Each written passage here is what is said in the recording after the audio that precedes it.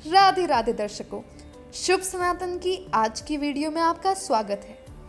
तो आज हम चर्चा करेंगे भगवान परशुराम ने 21 बार क्षत्रियों का नाश क्यों किया। श्री परशुराम को उनके क्रोधित स्वभाव और आक्रामक स्वरूप के लिए जाना जाता है। भगवान परशुराम को जगत के पालनहार विष्णु के छठे अवतार के रूप में जाना जाता है। श्री परशुराम की चर्चा रामायण से महाभारत तक है। इन्होंने अपने जीवन काल में 21 बार क्षत्रियों का नाश किया।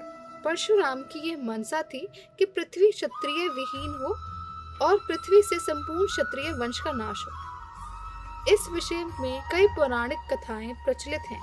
आज की वीडियो में हम 21 क्षत्रिय के नाश की चर्चा करेंगे। बात पौराणिक काल की है। उस समय एक महान राजा हुआ करते थे जिनका नाम था सहस्त्रबाहु। उनकी 1000 भुजाएं थी। राजा सहस्त्रबाहु कर्तव्यवीर अर्जुन के नाम से भी जाने जाते थे। इन्हें किसी भी चीज की कोई कमी नहीं थी। सहस्त्रबाहु के पास धन धान्य का अंबार था, जिसके कारण उन्हें इस बात का अहंकार हो गया था। एक दिन की बात है, भगवान परशुराम के पिता अपनी सेना सहित जमदग्नि के आश्रम में विश्राम करने पहुंचे। ऋषि जमदग्नि ने उनकी पूरी आवभगत की। ऋषि के पास एक गाय थी जो उन्हें देवताओं से प्राप्त हुई थी, जिसके सुरभि के नाम से जाना जाता है। ऋषि ने उस गाय की सहायता से ही महाराज के लिए दूध, दही, घी आदि की व्यवस्था की।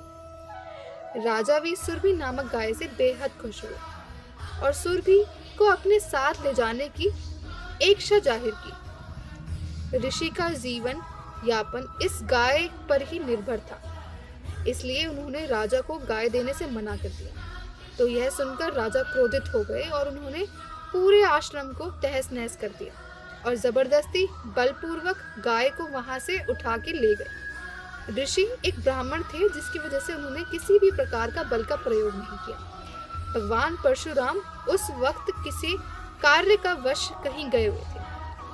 जब वो आश्रम पर आए तो उन्हें पूरी बात की जानकारी मिली। इसके बाद परशुराम क्रोधित होकर सहस्त्रबाहु से युद्ध करने चले गए और उसकी सारी भुजा काट डाली और उस युद्ध में मार गिराया। जब ऋषि जमदग्नि को यह पता चलता है तो वो परशुराम से बहुत क्रोधित होते हैं और उन्हें यह बताते हैं कि ब्राह्मण कुल से हैं और क्रोध उन्हें शोभा नहीं देता। इसके बाद परशुराम तीर्थ यात्रा पर चले जाते हैं।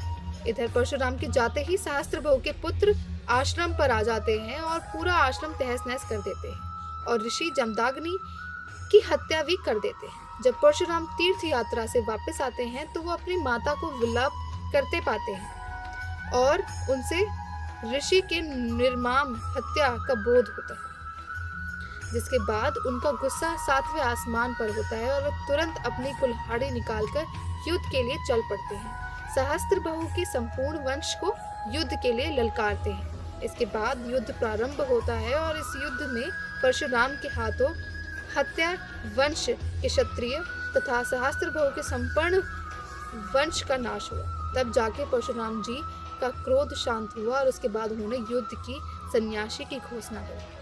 अगर दोस्तों आप सनातन धर्म से जुड़ी ऐसी कहानियाँ के बारे में जानना चाहते हैं तो हमारे चैनल को सब्सक्राइब करें, लाइक करें और इस वीडियो को ज़्यादा से ज़्यादा शेयर करें। धन्यवाद।